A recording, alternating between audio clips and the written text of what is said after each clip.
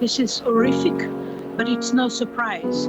Tremendous the callousness, the hypocrisy, the cynicism of those in the European Union that are pretending that they are saving lives, where they know very well that in Libya there is no such thing as the Libyan Coast Guard. What there are militias infiltrated by all sorts of criminals, networks, and including terrorist groups. This is nothing new. This already existed in the days of Gaddafi.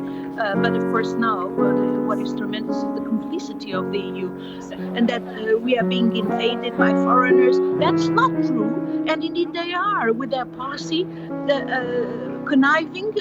actively conniving with a policy that indeed kills people, that indeed is about exposing people to torture, to this human trafficking. By not opening safe and legal ways, controlled ways, we are actually feeding the mafias that are running this trafficking, this human trafficking.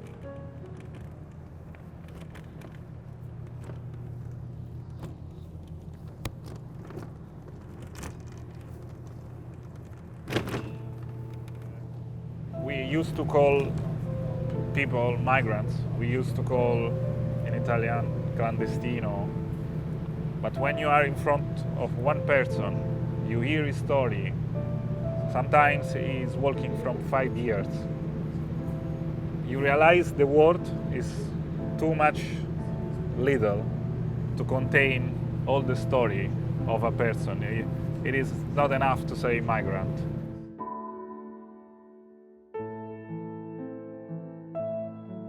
The flow of migrants across the Mediterranean is nothing new. It is a persistent, often obscured reality that's been further complicated by the pandemic. Tensions have risen as European countries try to halt the flow or shrug off a real commitment to at-sea rescues.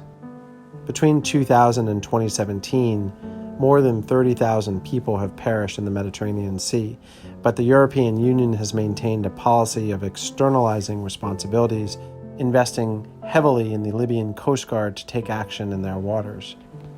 Humanitarian organizations have attempted to fill the gap, but countries like Italy began to directly oppose their efforts by detaining ships and even accusing them of collusion with smugglers. But the flow continues.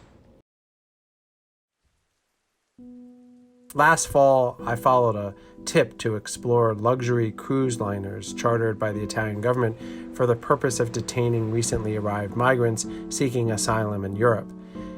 With on-land reception centers at capacity, Italy decided to quarantine migrants rescued at sea aboard cruise ships costing roughly €1 million a month. I had originally met Francesco Toscaioli through his collaboration with the Outlaw Ocean Music Project.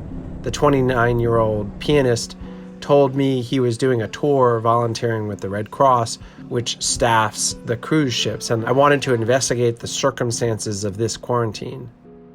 No journalist had been permitted by the Italian government to visit any of the giant floating holding pens where thousands of migrants, mostly from the Middle East and Africa, were being held. So I applied to the Red Cross to work as a volunteer.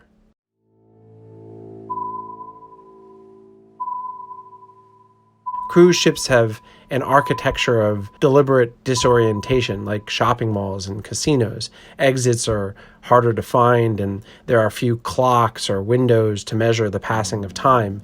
They are designed to feel as though you're not at sea, but rather in a 5-star Las Vegas hotel. Everything's shiny, sprawling, and inward-facing.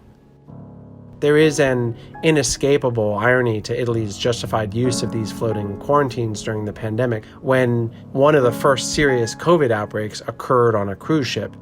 Ventilation systems aboard cruise ships rely on recirculated air that can spread airborne particles far faster than, say, on airplanes. On La Suprema, many areas felt denser because all passengers were confined to designated floors and sections of the ship. In April of last year, Italy announced they were no longer safe harbors for migrants. Malta followed suit the next day, and before long, much of the EU was using the virus to justify tighter borders. But it's unclear to me how effective these policies are in actually discouraging migrants left with no choice but to flee conditions like war, extortion, and forced labor. While volunteering, Francesco convinced the ship's captain to let him hold recitals for the passengers.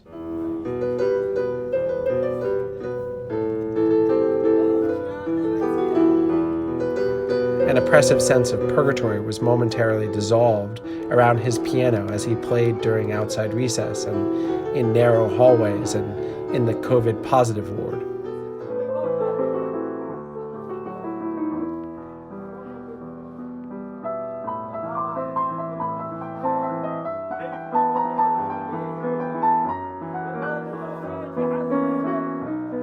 When you say music is a universal language, it is not something you say to say something, but it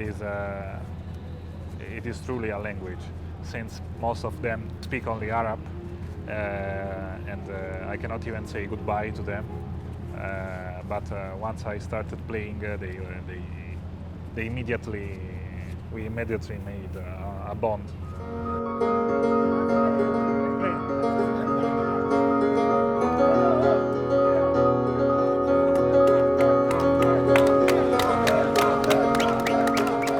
As we returned to shore, the migrants remained at sea to finish their quarantine, a final hurdle before they reached European soil. This thing, you had Muslims and Christians, and it was just all thrown together. Tunisians and Bangladeshis and Iraqis, and It's as I said to you before, it is a continent that is migrating. So you have to be on the boat to understand how much is big. The word big is not enough big to express it.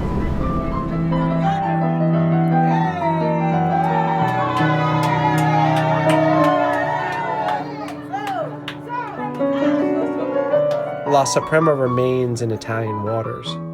The migrant flow continues. So, for now, does the music.